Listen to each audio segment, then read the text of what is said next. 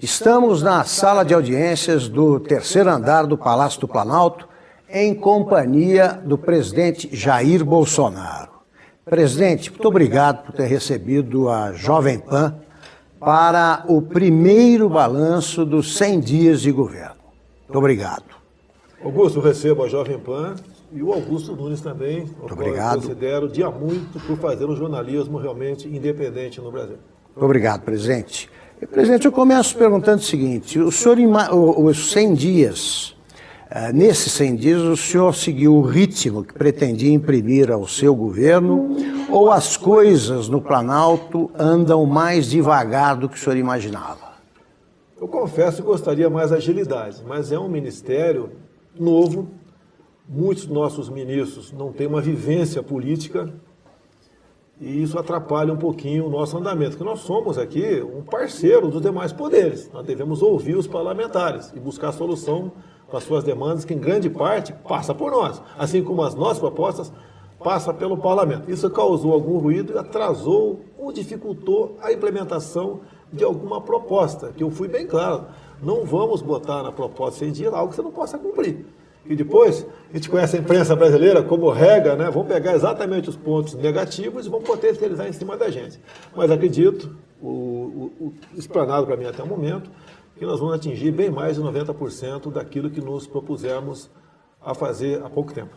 O senhor poderia dar um exemplo de o que o senhor esperava fazer em 100 dias e fez, e algum projeto que o senhor não conseguiu implementar nesse prazo?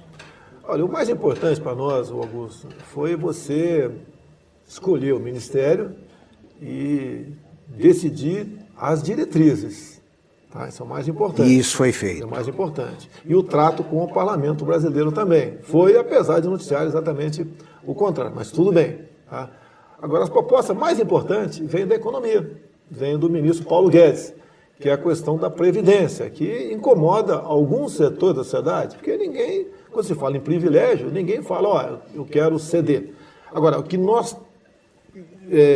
nessa proposta é, no mínimo, né, ser votado na Comissão de Constituição e Justiça, que depende de outro poder, mas nós fazemos algumas gestões, porque temos uma bancada grande lá, uma bancada bastante jovem do PSL, e parece que isso aí vai atrasar uma semana, mas não depende exclusivamente de nós.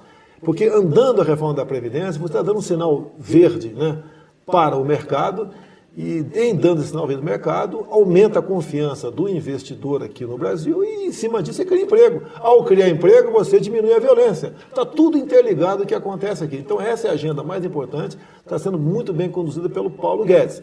Paralelo a isso, você vai para a infraestrutura, onde temos lá o Tarcísio, que é um capitão do Exército. Fez o IME e é concursado na Câmara dos Deputados. Não tem nada a ver em cota de militar, o prezado Tarcísio. Está fazendo um trabalho excepcional na questão de concessões. Pode ver, agora foi aberto, né, a possibilidade real de você ver concluída a ferrovia Norte-Sul. E a compra dessa ferrovia... Que está desde o século passado. Se não me engano, 33 anos, exatamente, né, idade de Cristo, para ser construído isso, e problemas não faltam. Agora, o que facilita também você licitar isso daí, ou, né, oferecer iniciativa privada? É o nosso ministro do Meio Ambiente, que é uma pessoa que está lá não para criar dificuldade, para vender facilidade, como ocorreu até há pouco tempo aqui no Brasil. Ele está lá para resolver esses assuntos, que a questão ambiental no Brasil passou a ser um problema. Nós queremos preservar o meio ambiente, mas não de forma xiita, como feito há pouco tempo. Até a própria ministra Tereza Cristina está vibrando, está muito feliz com o trabalho do Ricardo Salles, meio ambiente, porque problemas no campo já estão deixando de existir. Não existe aquela ideia da multagem pela multagem. A multa existe em havendo necessidade e depois de advertido aquela pessoa que está no procedimento equivocado. Tá? Então isso tudo é interligado aqui entre os ministros. Até a ministra Damares, quando trata da questão indígena, ninguém é contra índio. Tá? Nós queremos resolver a questão indígena no Brasil, mas quando você vê 14% do território nacional demarcado como terra indígena, uma área maior que a região sudeste. Você imaginou? São Paulo, Minas, Espírito Santo e Rio de Janeiro, demarcado como terra indígena, você vai para a reserva Yanomami, aproximadamente 9 mil índios, para uma área de extensão 2 vezes o tamanho do estado do Rio de Janeiro. A reserva Raposa Serra do Sol, parecida, inviabiliza qualquer negócio, qualquer possibilidade de que o estado de Roraima, que é a minha mina dos olhos, se evolua e passe a ser um estado, então, superavitário e não deficitário como é no momento. Então, essa questão de você poder nomear os ministérios, que os ministros falem entre si, que não devam satisfações a grupos que, porventura, terem indicado essas pessoas para lá, te dá uma perspectiva de que o Brasil pode decolar. O senhor formou o ministério que queria, né? O senhor fez mudanças pontuais. O senhor acaba de fazer uma mudança no Ministério da Educação. Sim. Por quê, presidente? O que é que não deu certo? Basicamente a questão da gestão. Tá? Lamentavelmente, o ministro não tinha essa expertise com ele. E aí foi acumulando uma série de problemas, né? Que, lamentavelmente, chegou a situação de nós temos que substituir o nosso querido Vélez, uma pessoa simpática, amável, competente, mas a questão da gestão deixou a desejar. E a gente não pode continuar sangrando com um ministério que é importantíssimo. Eu até disse para todos no começo do mandato, na questão da educação, se nós buscarmos o ponto de inflexão para a educação em 4 anos, já é uma grande vitória nossa, dado o aparelhamento que existe nessas instituições. Se você vai para a opinião pública e vê as críticas que eles fazem junto a grande parte das universidades nossas, tu cai para trás. Nós temos, se eu não me engano, 68 universidades, tá? Que gasta metade do orçamento, de 60 bilhões. E qual o produto disso? Qual o produto final, Augusto, da educação? É a pessoa sair dali sendo um bom profissional, vai ser um bom patrão e vai se autossustentar, ou sustentar, dar emprego para os outros e ajudar o Brasil para frente. E nas universidades, né? Você vai na questão da pesquisa, né? Você não tem. Poucas universidades têm pesquisa, e dessas poucas, a grande parte está na iniciativa privada, como a Mackenzie em São Paulo, quando trata do grafeno. Até fui há 2 semanas para tratar desse assunto lá. Daí desviamos ao encontro na Mackenzie, fomos para o Comando Militar do Sudeste, que tinha lá uns 100 garotos lá, aquela manifestação burra de fascista, racista, homofóbico, não passarão. É triste você ver isso daí. Não é culpa da universidade, mas de uma molecada que está sem noção do que o Brasil precisa para que eles no futuro tenham uma vida melhor do que seus pais estão tendo hoje em dia. Então a questão da educação é importantíssima e nós vamos priorizar a educação básica. Exato. O senhor tinha dito logo de cara que a ênfase seria transferida do ensino superior, que eu acho que foi uma ênfase equivocada, aí começou no governo Lula, para a educação fundamental. Essa diretriz está mantida. Quem é que o senhor encarregou de conduzir essa política agora? Quem é o novo ministro? Agora o novo ministro, Abraham Weintraub, o nome dele, meio esquisito aqui, mas é uma pessoa que é do ramo, é professor universitário, sabe gerir as questões, sabe conversar e é mais uma pessoa mais ou menos da minha linha, né? O que é que o senhor conversou com ele? Tudo sobre o que estou te falando aqui. É uma pessoa que está gabaritada junto com as pessoas. No primeiro escalão, todas, como eu fiz com todos os ministros, vão ser indicados por ele. Nem sequer eu tenho o direito de indicar alguém. Eu posso até indicar alguém. Como indiquei uma pessoa até hoje para a Secretaria da Pesca, junto à Tereza Cristina, que é o Jorge Seife Filho, tá? E está indo muito bem. E mesmo as indicações minha, porventura existe para qualquer ministro, ele tem o poder de veto. Lógico, digo os argumentos e tem o poder de veto. Então essas pessoas que comporão o primeiro escalão do Abraham, a partir de agora, é que vão se encarregar disso tudo. Porque nós temos um montão de coisas pela frente, como o Enem. A gráfica que roda o Enem quebrou. E como é que fica isso aí? Temos que ter uma nova gráfica. A questão do sigilo, porque se vazar uma prova, imagina a situação que a gente vai ficar. Existe o aparelhamento em grande parte também de todos os ministérios, né, da educação, mais ainda. Haja visto o que acontece em nossas universidades e até na escola de ensino fundamental agora. Então essas questões, o novo ministro, com a sua primeiro escalão, é que vai decidir o que fazer e impor a sua política lá dentro. Para não deixar passar esse assunto, o senhor falou do problema da educação e como vai resolvê-lo. E eu não perguntei ao senhor o que o senhor pretende fazer com a questão das áreas indígenas, então. Como é que o senhor vai fazer? O que vai mudar? A demarcação não pode ser com laudos suspeitos.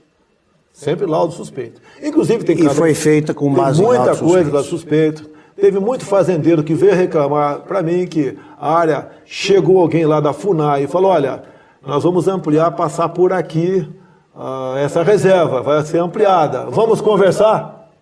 Isso aconteceu segundo relatos de fazendeiros. O que nós pudermos levantar em se comprovando essas denúncias, a gente vai fazer. Porque esses laudos têm que comprovar com a realidade. Ninguém é contra os índios, muito pelo contrário. Agora, da maneira como foi conduzida há pouco tempo essa verdadeira indústria da demarcação de terra indígena, é complicada a situação. Essa indústria começou em 92. O governo Sarney lá atrás, foi no Sarney, que ele tinha o ministro do Exército, o Leônidas Pires Gonçalves, que tratavam da demarcação de terras indígenas em ilhas. E assim deveria ser feito, né? Mas, quando entrou o governo Collor, mudou completamente essa política e começou essa verdadeira indústria que, basicamente, inviabiliza qualquer projeto desenvolvimentista junto à Amazônia. Tive agora em Davos, e um ex-presidente derrotado aqui no passado, pelo Bush, se não me engano, me fugiu o nome dele aqui, e perguntou para mim, né, você vai continuar defendendo a Amazônia? O que eu respondi para ele, né? Al Gore, o que eu respondi para ele? Até chamei de presidente. Alguém gravou lá, que tinha um cara gravando, mas não veio à tona. Prezado senhor Al Gore, presidente, tá? Gosto muito do senhor, sou apaixonado pelo povo americano, mas o senhor está completamente equivocada sobre essa política para a região amazônica. Está na cara quem não gostou. Mas pela primeira vez na vida alguém falou educadamente para eles que essa política é equivocada. E quem acha no Brasil que eu estou equivocado, se nós não mudarmos essa política, nós perderemos a região amazônica. Você pega Roraima, lá embaixo da terra tem uma tabela periódica. Nós não podemos perder isso. Quando tive agora com o Trump, conversei com ele, entre outras coisas, que eu quero abrir para ele, explorarmos a região amazônica em parceria. Porque como está, Augusto, nós vamos perder a Amazônia. Aquela área é vital para o mundo. É uma área importantíssima. Perder em que sentido, presidente? Olha, a própria ONU discute há algum tempo, pela autodeterminação dos povos indígenas, você ter novos países aqui dentro. Isso pode vir a acontecer. Sim, na questão do clima, até que eu fui criticado aqui, falei se nós não tirarmos alguma coisa lá dentro. Até as questões subjetivas estaria fora dessa questão.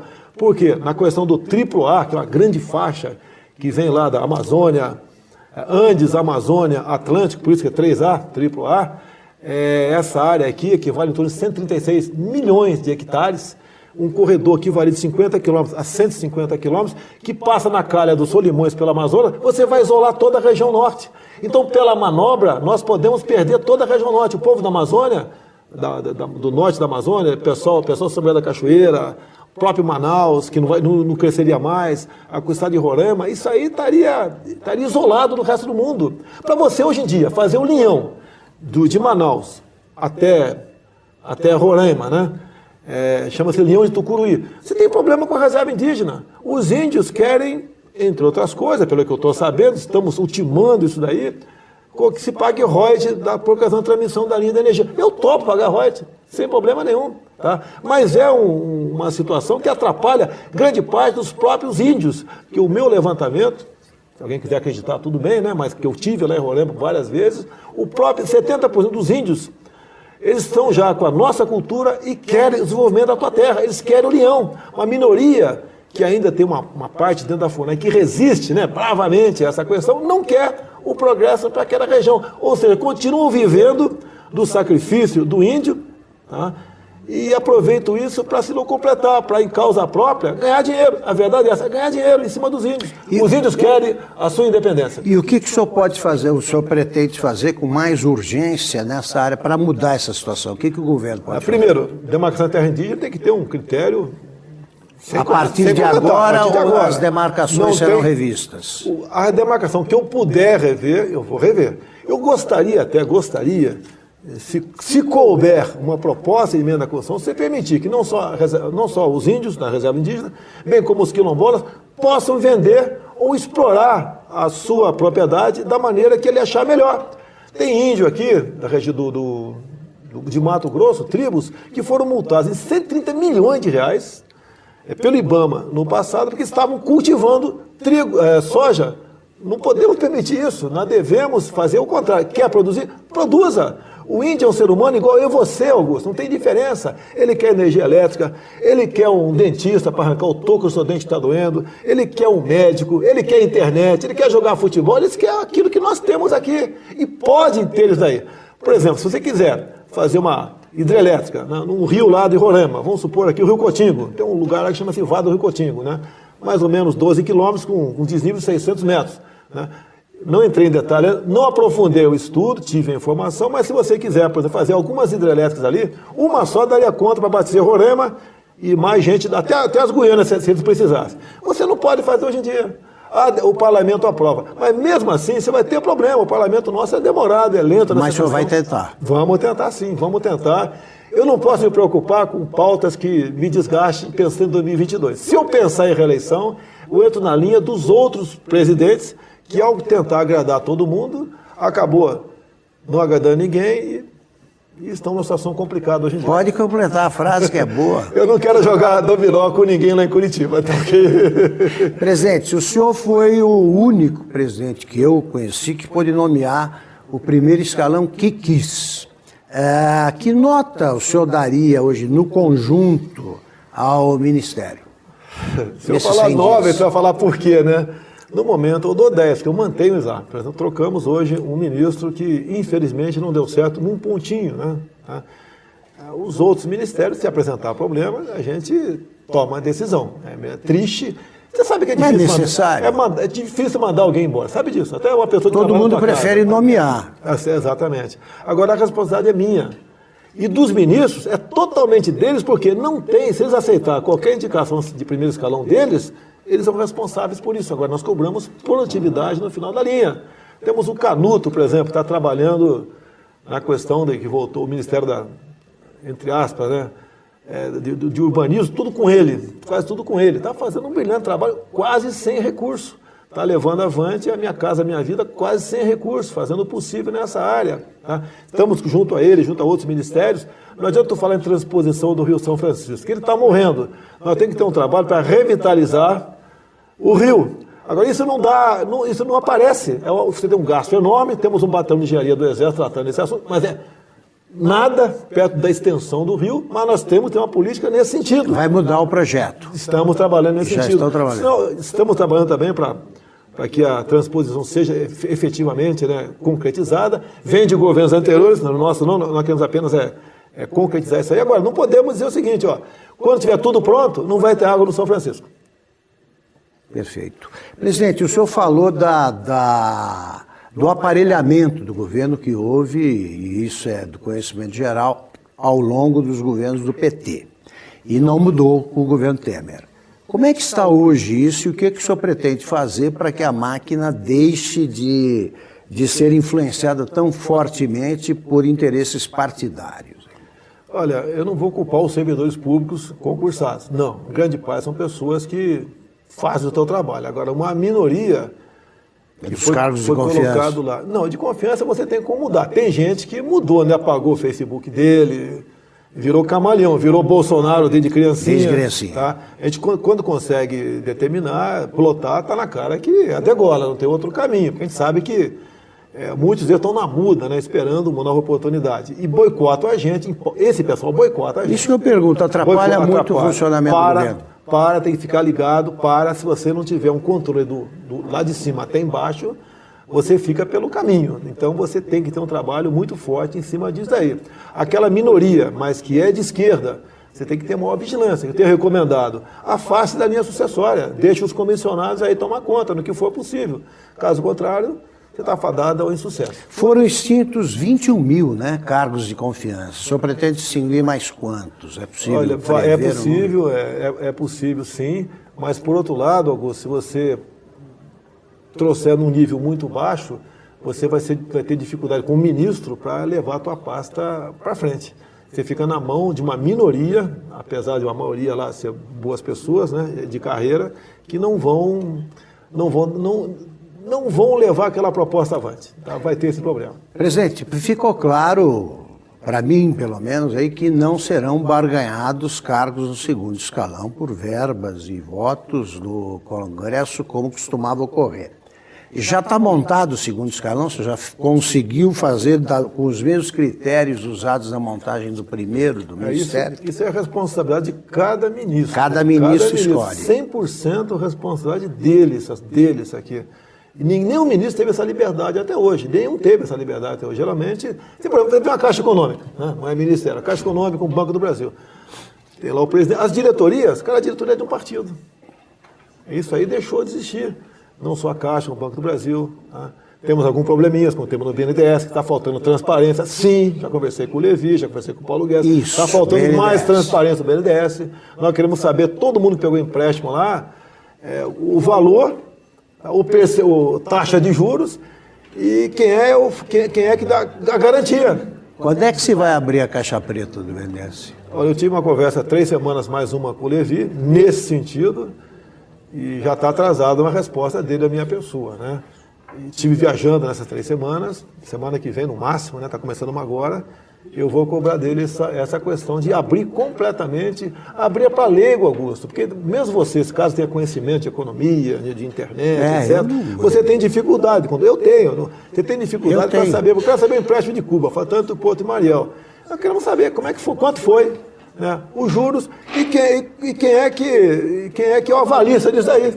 É o próprio Tesouro, mas quero que ele bote lá, você bota Porto Mariel, você tem esses dados ali. Quem quiser mais detalhes, tem um linkzinho, você vai nos aditivos, etc, o detalhe, tudo bem. Mas sim, não pode tratar como segredo de Estado, não, né? Pode. Porque só Cuba e Venezuela, se não me engano, está atrasado 1 bilhão e 3 milhões de reais.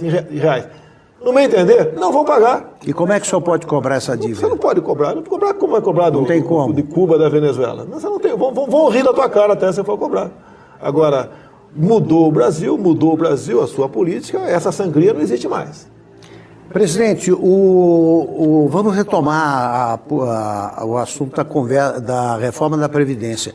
Como é que, o que fez o senhor mudar de ideia? Lá atrás, como deputado, o senhor não gostava da ideia de reformar a Previdência. Agora o senhor está propondo a reforma mais audaciosa da Previdência, que já vimos aí. O que fez o senhor mudar de ideia? O que eu acho muito bom, hein? Eu acho que ninguém tem compromisso com o erro, como dizia o Juscelino Kubitschek, e acho que quem pensa muda de ideia. O brasileiro costuma confundir coerência com teimosia. O que fez o senhor mudar de ideia? Tomar conhecimento dos números verdadeiros, coisa que a gente não tinha isso daí. Tá? E ao tomar conhecimento, sabendo inclusive que 2021, 2022, o Brasil praticamente quebra se nós não resolvemos essa questão. Isso que fez mudar. Se eu for pensar em reeleição, eu faria uma reforma light, eu até não faria. Mas poderia não sobreviver 2022. Essa é a realidade. Que na verdade, Augusto, eu acho que você, ou eu, né? Eu gostaria de se aposentar com 30 anos de idade. Seria uma maravilha, tá? Mas não tem condições. Claro, não dá. Então você pega... hoje em dia, existe sim, você está vivendo mais. Eu lembro quando eu cheguei no quartel no 21 Jacei, em 1978, eu vi um coronel de 48 anos de idade, né? Falei, pô, esse cara está acabado. Hoje em dia você pega um coronel de 40, que tem a mesma idade, está com cara de garoto, está com cara de tenente. Então a gente mudou realmente. O meu pai, eu lembro, meu pai faleceu até com 68 anos, mas no tempo dele era 55, 60 anos de idade, no máximo, que era a expectativa de vida nossa. Mudou isso daí. E, infelizmente, né, se nós não fizermos isso, não é... Tem que ser feito. Não é que o aposentado não vai receber, ele não vai receber. O servidor também, que está na ativa, também não vai receber. Olha o problema que tivemos há pouco no Rio de Janeiro e Rio Grande do Sul. O Rio de Janeiro atrasou 13º, atrasou pagamento, e isso vai acontecer aqui. Então é melhor tu até receber um pouco menos, mas receber, do que estar no teu olerite ali um valor alto e você não poder recebê-lo. Perfeito. Presidente, a Jovem Pan né, aderiu oficialmente, né, se engajou formalmente na campanha pela reforma da Previdência, dizendo que ou se faz a reforma ou se faz a reforma. Não há uma terceira opção. É isso que o senhor está dizendo? É isso. Você tem que convencer 3/5 de parlamentares. Não é fácil, que eu fui parlamentar também. Que o parlamentar, não quero culpá-lo, ele sai na rua, ele é questionado. Pô, você vai votar isso? Pô, vai me atrapalhar? E o parlamentar, muitas vezes, não tem argumento, ou o argumento dele não convence o outro lado da linha. Daí ele volta para cá com a dúvida e pergunta, né? E se eu votar, como é que fica 2022? Eu votar fora? Que o PT é especialista em fazer isso. Em 2002, Augusto, quase perdi o mandato. Uns 60 deputados perderam. O Francisco Donelli, ministro do Trabalho, governo FHC, apresentou uma proposta de reforma da CLT. Eu votei favorável. Semelhante a essa, nós aprovamos há 3 anos. Fomos massacrados, porque Estava na internet, a internet ainda não tinha essa peso que tinha hoje em dia, mas que nós teríamos votado para acabar com o 13º, com o Fundo de Garantia, com hora extra, com licença gestante. E para explicar isso daí, era quase impossível, porque o PT e o PCdoB juntos, com os sindicatos, fez uma campanha massiva em escolas, em trens lá no Rio de Janeiro, que a gente via nas estações mais movimentadas, o pessoal panfletando aquilo, quase perdemos o mandato por causa disso aí. Se não fosse essa pequena reforma que foi feita CLT há 3 anos, a situação de desemprego estaria mais grave hoje em dia ainda. Então não é fácil você lutar com um partido que ainda tem capilaridade, que torce pelo quanto pior, melhor. Perfeito. Agora, presidente, eu tenho a sensação de que a percepção da opinião pública vem mudando. Tanto que a maioria agora já apoia alguma reforma da Previdência, pelo menos. E sempre é frequente a observação de que se o presidente se engajasse mais, dissesse isso mais claramente, seria mais fácil a aprovação. O senhor acha que tem feito o possível, precisava fazer mais? Se eu me engajar mais, estão querendo dizer, vão dizer que eu estou interferindo no legislativo. Nós somos 3 poderes independentes. Esse é o recado que eu dou para o Legislativo. Eu fui parlamentar por 28 anos, eu sei o que acontece lá dentro. E eles, com liberdade, têm que aproveitar essa liberdade e fazer a melhor proposta. Pegar essa nossa, fazer as devidas correções, dar um polimento e fazer a melhor reforma possível. Agora, eu tenho recebido parlamentares aqui. Não posso receber mais, Augusto. São 594 o total, mas estou recebendo da maneira do possível receber o pessoal. Agora, a grande maioria vem aqui, não tratam de cargos, tratam apenas de... É para bater um papo, trocar uma ideia. Até porque tem testemunhas, né, presidente? São reuniões abertas. Tem particular aqui, tem particular também, mas sempre tem um elemento que está anotando tudo ali. Mas eu faço isso porque para mostrar, se o parlamentar quiser que eu tire o cidadão dali, eu tiro. Tá? É uma secretaria que nós temos aqui que trata desse assunto. Tem um cara sentado ali anotando o que eu falo, o que ele fala, porque tem que termos uma memória. O deputado Augusto esteve comigo em tal dia. O que foi tratado? Se não tiver nada anotado, porque você que pediu para que ele não anotasse. E daí eu tiro da sala de aula. Então a responsabilidade é tua dessa questão, para evitar problemas. Perfeito. Para evitar problemas. Todo mundo que eu recebo aqui entra na agenda oficial e a imprensa toda tem acesso. Agora, presidente, o PT, é evidente que vai agir com relação ao senhor, como agiu no governo Fernando Henrique. Durante 8 anos eles se opuseram a todos os projetos do governo.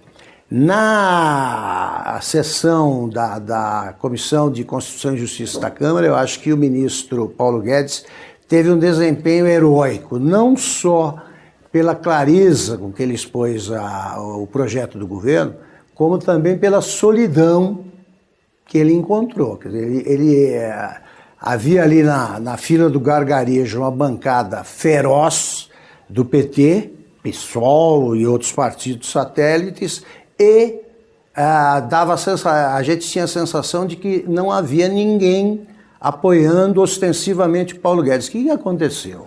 Olha, a bancada PSL é bastante nova. 98% são novos ali. Faltou, por parte do líder, que é do partido, levar o pessoal para lá.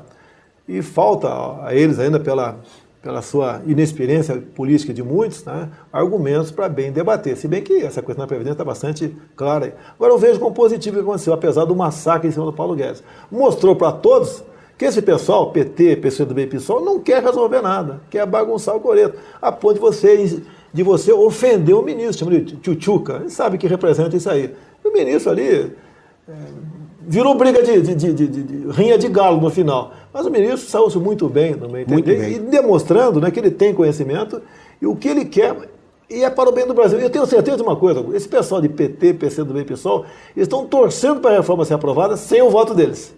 Porque os estados, em especial no Nordeste, administrados pelo PT, estão quebrados, eles precisam da reforma da Previdência também. Os governadores precisam. Precisam disso aí também. Eu tive a conversa com alguns governadores, por telefone, e foi uma boa conversa, nesse sentido. E conversei até com o governador do Ceará, na questão da violência no seu estado. Que é do PT. É do PT. E ele teve uma conversa muito parecida que eu estava conversando contigo aqui agora, dois velhos conhecidos, ótimo, trocando uma ideia nesse sentido. Então foi ótimo, porque ele provou que essa questão de combate à violência não pode ser com direitos humanos. Ninguém quer maltratar, torturar, fazer maldade, quem quer que seja. Mas a política dos humanos, como é feita no momento, já deixou de ser feita agora com a Damares, né? Como sempre foi feita pela esquerda, protegendo o infrator, o criminoso, não pode continuar sendo dessa forma, porque cada vez mais você estimula a violência no Brasil. Quer dizer, o senhor acha que a reforma da Previdência será aprovada em pouco tempo? Acredito então, passamos para esse ponto que o senhor acabou de abordar. Eu acho estranho o Congresso, estranho não, eu acho um erro o Congresso alegar que não pode discutir dois projetos importantes ao mesmo tempo. Eu acho que podia. Mas, enfim, eles querem deixar a reforma, a votação da lei anticrime do ministro Moro para depois. O senhor não acha que precisa apressar isso aí, presidente? Já houve uma evolução, realmente, né? Quem está tratando da reforma da Previdência nas próximas 3 semanas, na Comissão de Constituição e Justiça, serão aproximadamente 10% do efetivo. Dessas próximas tudo bem. E depois, por mais algumas dezenas de sessões, que vai tratar. É uma comissão especial que envolve mais ou menos 10%. O restante, 90%, poderia estar fazendo outra coisa sem problema nenhum. E a questão da violência também é importante. Ninguém aguenta mais essa questão. Enfrentar isso daí sem uma arma por lá de cá por parte dos agentes da lei. Tá? Na proposta do Moro, existe um dispositivo lá que fala que acaba com a figura do excesso. O que é excesso? Um policial dá mais de 2, 3 tiros, ou um civil, como o caso do cunhado da Ana Hickman, que deu 3 tiros na cabeça do cara que invadiu uma propriedade privada no momento, né, que enquanto ele estava pagando o quarto de hotel, uma propriedade privada ali. E o Ministério Público de Minas Gerais teima em colocar no banco dos réus. O policial vai Querem prendê-lo. E você, às vezes, não conta com o bom humor no tribunal de júri, vai o cunhado da Ana Hickman para a cadeia. Não tem cabimento. Se nós aprovarmos isso aí, a gente resolve o problema. O objetivo não é resolver o problema do cunhado da Ana Hickman, não. É todo mundo envolvido numa situação como essa, em especial os agentes da lei. Você está em combate de madrugada, fazendo lá uma invasão, uma busca em apreensão, indo resgatar colegas que estão retidos por parte da vagabundagem no canto qualquer. E um vagabundo morre com mais de 2 tiros, o policial responde por excesso. E ele dificilmente não vai ser preso por causa disso. Né? A chance de escapar da cadeia é pequena. Queremos, nesse projeto anticrime, mostrar que não só que o policial está certo, bem como o cidadão de bem está certo, quando qualquer um usa da força, invade tua propriedade, ou tenta te roubar um bem, ou tirar a sua vida, e você vai poder reagir com 10, 15, 20 ou 30 tiros e ponto final.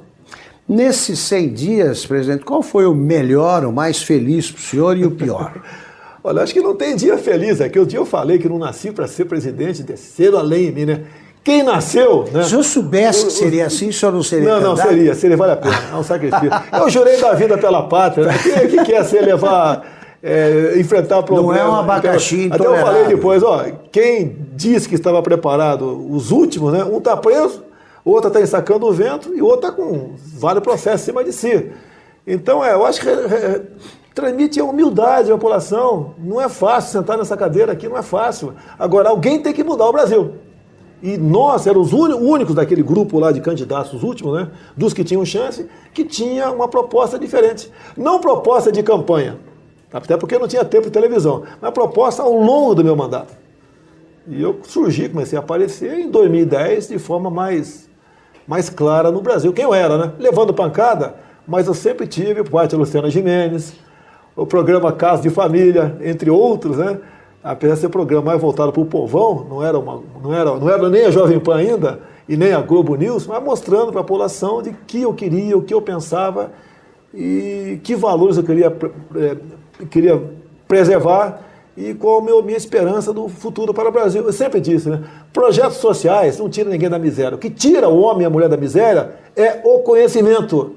Agora, você tem que pegar e interpretar essa questão, né? E com vontade tentar mudar o currículo escolar, valorizar o professor. Hoje, se o professor tira o telefone celular do moleque na sala de aula, ele vai ser processado. Isso tem que mudar, isso tem que acabar. Então, o que a gente quer, e ganhou a eleição em cima disso, e quer botar para frente essa agenda, é uma agenda positiva de mudar o Brasil. Essa faz parte de tudo aquilo que está do meu lado. Eu não tenho problema com nenhum ministro no momento, nenhum. Antigamente chegavam alguém para o ministro e falava o seguinte, tal assunto tem que ser tratado dessa maneira. Ele respondia, peraí, você quer que o seu presidente perca 20 votos? E eu devo satisfação para É para estar o grupo motor aqui. Isso mudou, pô. Isso mudou.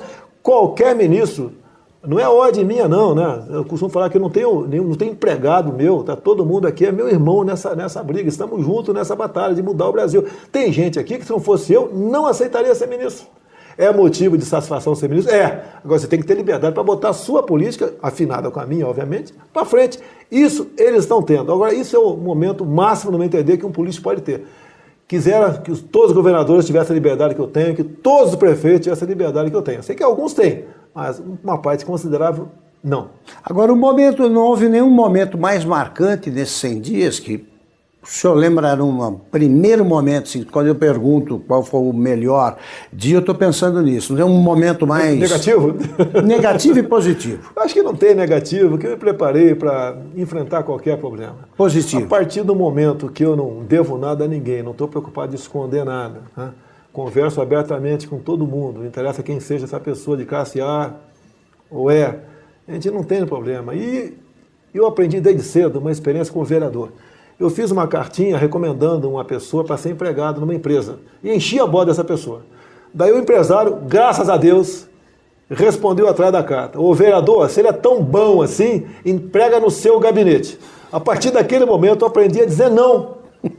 Que se você não aprender a dizer não com educação na política, você está fadado ao insucesso. Perfeito. Ou então o senhor não destaca nenhum momento. Olha, eu vou falar uma coisa que eu conversei antes de entrar no ar contigo aqui. É que eu falo para os ministros. Nós temos que ter a capacidade de se antecipar a problemas. Isso. A questão dos lotéricos no Brasil. Isso. Há 3 anos, mais ou menos, a Dilma Rousseff, né, o governo Dilma, quiseram fazer uma nova licitação para loterias. O objetivo era arrecadar quase 2 bilhões de reais nessas novas licitações. E o pessoal veio para Brasília.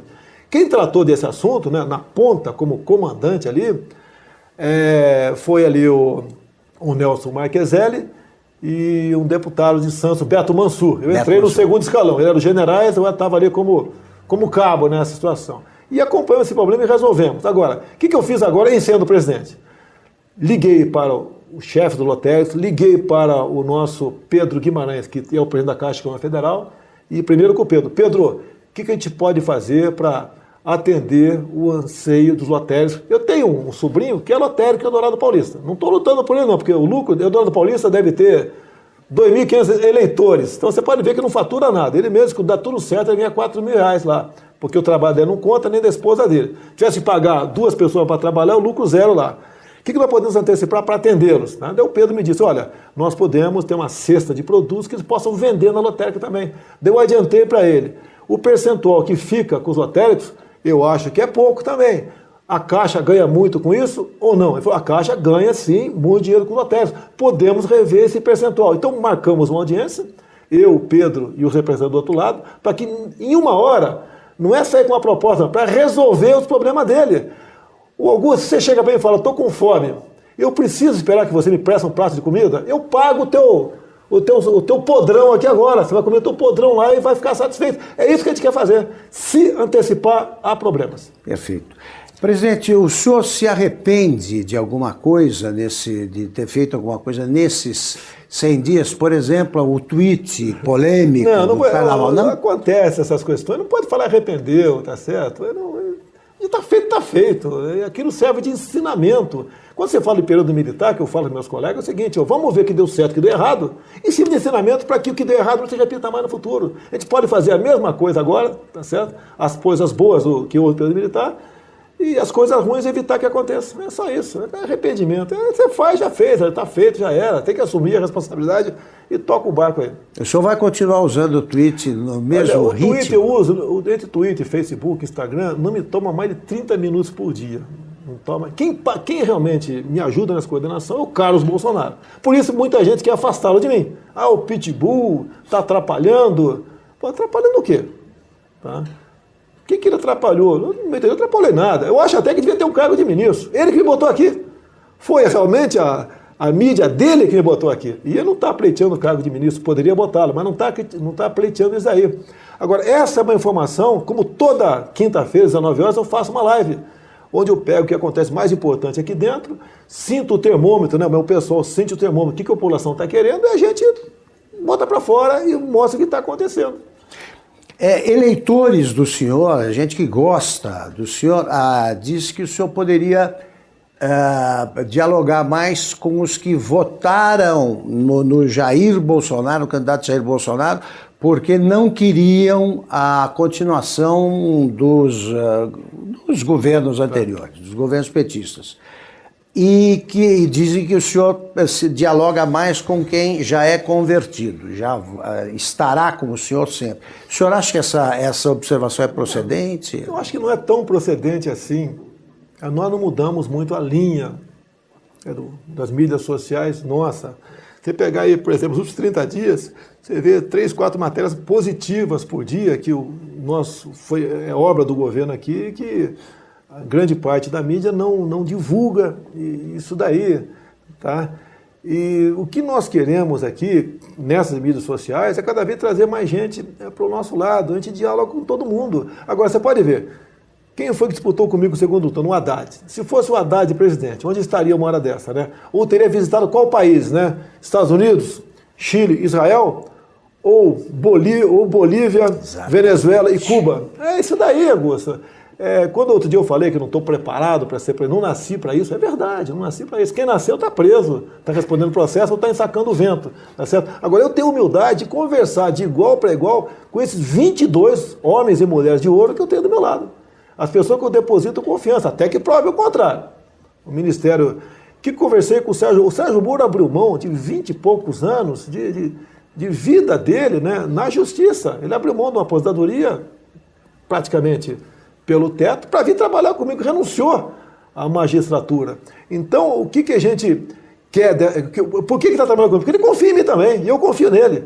Alguns falaram que ele faz sombra para mim. Eu quero ministro mais inteligente do que eu, o que alguns dizem que isso não é difícil. Não tem problema, a ironia, não tem problema nenhum, mas eu quero ministro mais competente do que eu para poder resolver o seu problema. Em 2022, se os 22 ministros, cada um quiser para um partido disputar a presidência, parabéns, vão ser felizes, sem problema nenhum. A carta branca está mantida para o ministro Sérgio Moro. Tá, para todos eles, né? Sem problema. Eu tenho o poder de veto em algumas coisas, aí senão complica a situação, né? É questão de nomeação de... Quer dizer, uma carta branca que você lê de perto, assim, mas o presidente sou eu. Não, mais ou menos por aí. 95% das ações são deles, 5% são minhas. Tá? Como atrito e alguma questão, nós estamos aí para assinar um decreto para atender os CACs, que são os colecionadores, atiradores e caçadores. Então, basicamente, vai para a defesa e vai para a justiça a proposta do decreto e dão seus pareceres. Em algumas coisas eu os atendo. Agora, se eles falar para mim, não aceito nada, opa, perdeu, eu vou assinar o meu decreto aqui. Então, eles vão participar, sim, mas a decisão numa situação como essa é minha. Eu acho que o senhor tem razão quando o senhor fala que certos assuntos muito positivos não são destacados, porque eu próprio disse isso na Jovem Pan, quando eu soube do sucesso do leilão dos aeroportos. Na mesma semana, o senhor extinguiu 21 mil cargos de confiança. Por que o senhor acha que isso não é noticiado? É má fé? Eu não quero generalizar. Não, é claro. Quem não noticia, não noticia por quê? Tem órgãos de imprensa aí que não tiveram seus contratos renovados com o Banco do Brasil, com Caixa Econômica, algum recurso que é pouco da SECOM, de ministérios. Não está tendo seletividade, nós estamos segurando essas questões e, por outro lado, né, eles reclamam da mídia social, mas a nossa mídia social, de vez em quando, tira audiência de algum órgão de imprensa também por aí. Pode ver, num debate em campanha, que eu não compareci, né?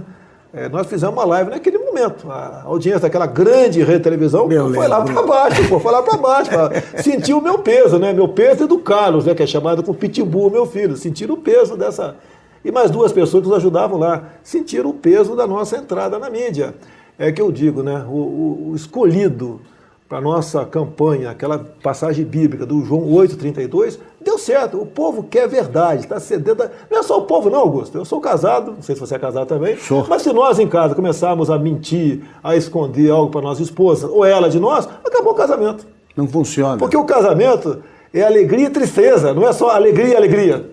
Que às vezes um lado acha, a mulher tem que ser alegria, alegria. Não vai dar certo. A gente pode até citar o ex-presidente Lula, porque diz assim, se conta uma mentira, depois tem que contar uma para justificar a anterior, etc, etc, etc. É um bom exemplo.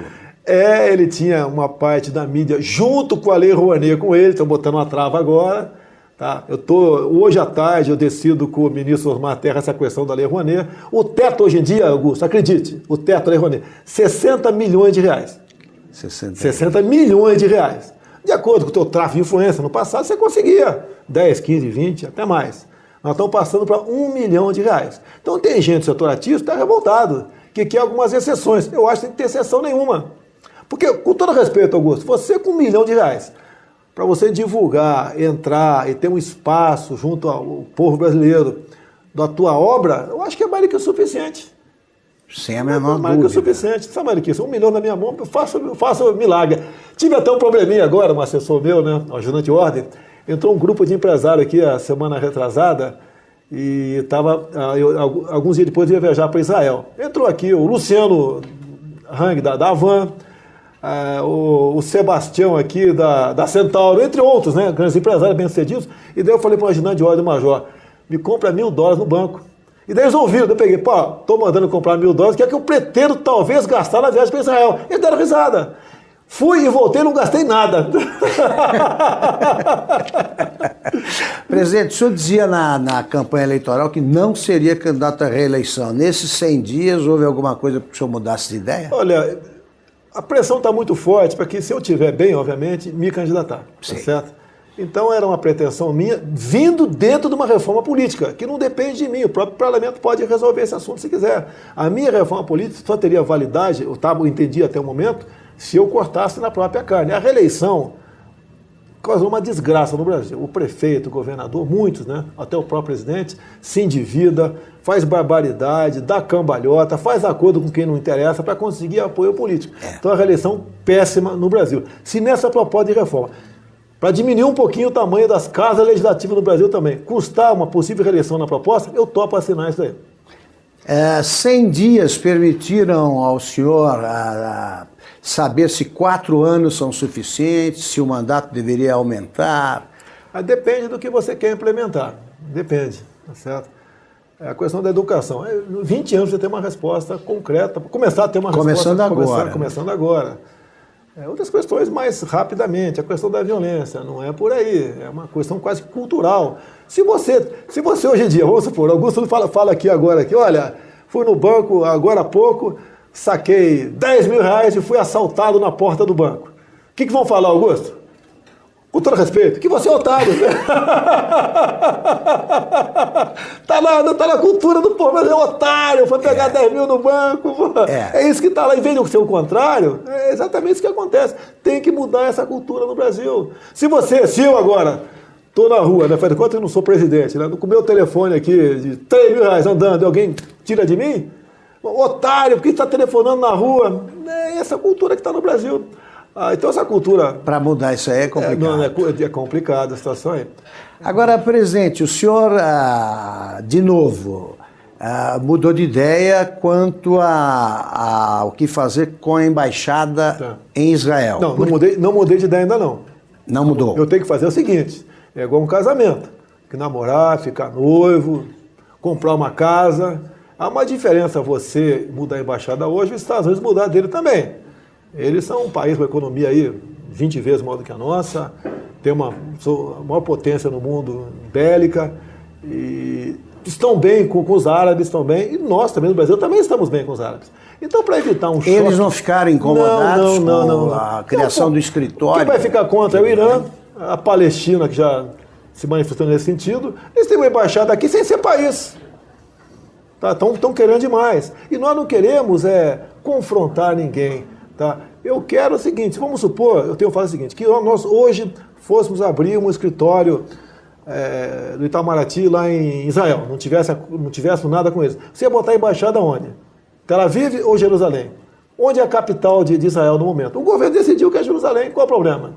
O que é contestado não é o Jerusalém ocidental, é oriental. A nossa ideia, nós acertamos lá, vamos abrir um escritório de negócio em Jerusalém, na parte ocidental. E o senhor pretende visitar os países árabes? Sim, pretendemos sim. Eu já tive visita de gente deles aqui do lado, aqui no meu gabinete, e eles querem também fazer negócio conosco, que nós queremos com eles, até tranquilizei a ministra Tereza Cristina nesse sentido, que não é espírito de confronto. Sei que o nosso comércio com Israel é pequeno, perto dos países árabes, mas os países árabes, em grande parte, estão com os Estados Unidos.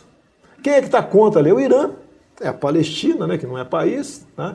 E é um pouco da Turquia, que agora já começa a namorar Israel. Eles, aos poucos, todos vão entendendo que essas questões de dentro do país cabe ao seu respectivo chefe de Estado, com o povo, o seu parlamento decidir, e não nós. Presidente, eu já avancei no tempo aí, muito obrigado pela generosidade. Eu queria, encerrando, perguntar o que o senhor pretende fazer para apressar a solução da crise na Venezuela, o que é possível fazer? Olha, quem está na vanguarda é os Estados Unidos. Tá? O Trump falou para mim lá, publicamente, já falou antes, que todas as possibilidades estão na mesa. O que são todas as possibilidades? São todas as possibilidades. Ponto final. Tá? Agora, o que o Brasil pode fazer? Né? Vamos supor que haja uma invasão militar lá. A decisão vai ser minha, mas eu vou ouvir o Conselho de Defesa Nacional e depois o Parlamento Brasileiro para tomar a decisão de fato na questão dessa aí. Agora, a Venezuela não pode continuar como está. O povo sofrendo aqui, que está sofrendo, grande parte deles continuam se evadindo, na verdade, né? Fugindo, ou lá para a Colômbia ali do lado, ou para o Brasil ali para Roraima. Tem que botar um ponto final naquilo. Agora, detalhe, Augusto. Na fraqueza do Maduro, a força da ditadura venezuelana. Por que isso aí? Por que são fortes? Que lá quem decide a vida do Maduro, lá tem 2.000 generais. Ok? Uma minoria ali, narcotraficante. Esse que decide. Exatamente. Cubanos, se calcula 60 mil cubanos lá, porque tem uma sangria, era grande, agora baixou, então 30 mil barris de petróleo por dia para Cuba. Não vão querer largar esse osso, porque se mudar o governo vai acabar essa brincadeira, essa farra aí. As milícias. Grupos terroristas que agem na Colômbia e voltam para cá. Nós não podemos deixar, eu falo nós, né, que interessa muito mais para nós do que para o americano, aquilo se transformar numa nova Cuba.